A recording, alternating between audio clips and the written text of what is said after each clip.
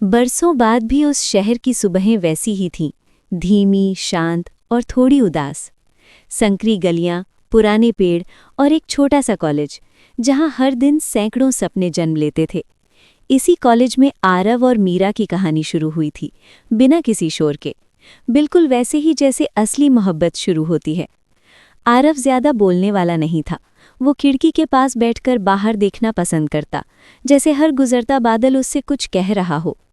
मीरा इसके बिल्कुल उलट थी, मुस्कुराती हुई, किताबों में खोई रहने वाली और छोटी छोटी बातों में खुशी ढूंढ लेने वाली। पहली बार दोनों की नज़रें लाइब्रेरी में टकराईं। मीरा एक किताब ढूंढ रही थी जो आरव के हाथ में थी। ये क्या मुझे मिल सकती है? उसने हल्की आवाज में पूछा। आरव ने किताब बढ़ा दी, बिना ज्यादा कुछ कहे। बस वही पल था जहां से सब शुरू हुआ। धीरे धीरे दोनों की मुलाकातें बढ़ने लगीं, कभी लाइब्रेरी में, कभी कॉलेज के पीछे लगे पुराने नीम के पेड़ के नीचे। वे घंटों साथ बैठते, लेकिन जरूरी नहीं था कि हर पल बात ही हो। कई बार खामोशी ही उनके रिश्ते की सबसे गहरी भाषा बन जाती थी। मीरा को बारिश बहुत पसंद थी। जब भी बादल घिरते, उसकी आंखों में अजीब सी चमक आ जाती। बारिश सब कुछ धो देती है, वो कहती, दर्द भी और डर भी।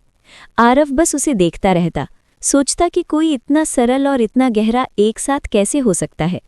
समय बीतता गया, दोस्ती प्यार में बदल चुकी थी, लेकिन दोनों ने कभी उसे नाम नहीं दिया। शायद डरते थे कि अगर कह दिया तो कहीं खो ना जाए। कॉलेज के आखिरी साल में मीरा ने पहली बार अपने दिल की बात कही। आरव, अगर जिंदगी ने मौका दिया तो क्या तुम मेरे साथ रहोगे? आरव ने पहली बार बिना सोचे जवाब दिया, मैं तो पहले से ही तुम्हारे साथ हूं।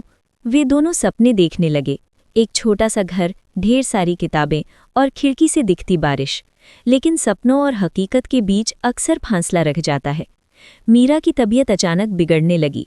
शुरू में सबने इसे थकान समझा, लेकिन धीरे धीरे हालात गंभीर हो गए।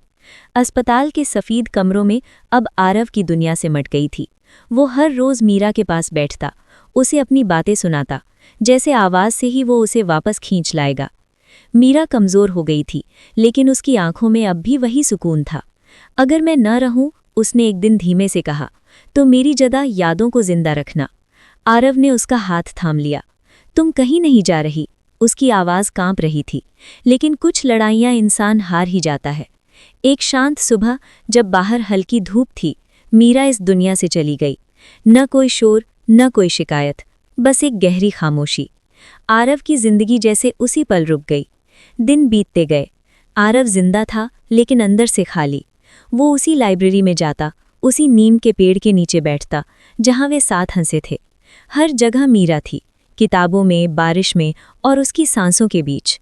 उसने मीरा के सपनों को जीने की कोशिश की, पढ़ाई पूरी की, काम किया, लोगों से मिला, लेकिन दिल के किसी कोने में हमेशा एक खाली जगह रही, जिसे कोई भर नहीं सका। बरसों बाद एक बारिश की रात, आरव उसी रास्ते से गुजर रहा था जहां कभी मीरा उसके साथ चली थी। सड़क सुनसान थी, हवा में वही पुरानी खुशबू थी। एक अचानक हुए हादसे में आरव की जिंदगी भी वहीं थम गई। लोग कहते हैं उनकी कहानी दुखद थी, लेकिन शायद सच्चाई ये थी कि वे दोनों वहीं मिल गए जहां कोई दूरी नहीं होती। क्योंकि कुछ प्रेम कहानियां साथ जीने के लिए नहीं होती, वे याद बनकर अमर होने के लिए होती हैं।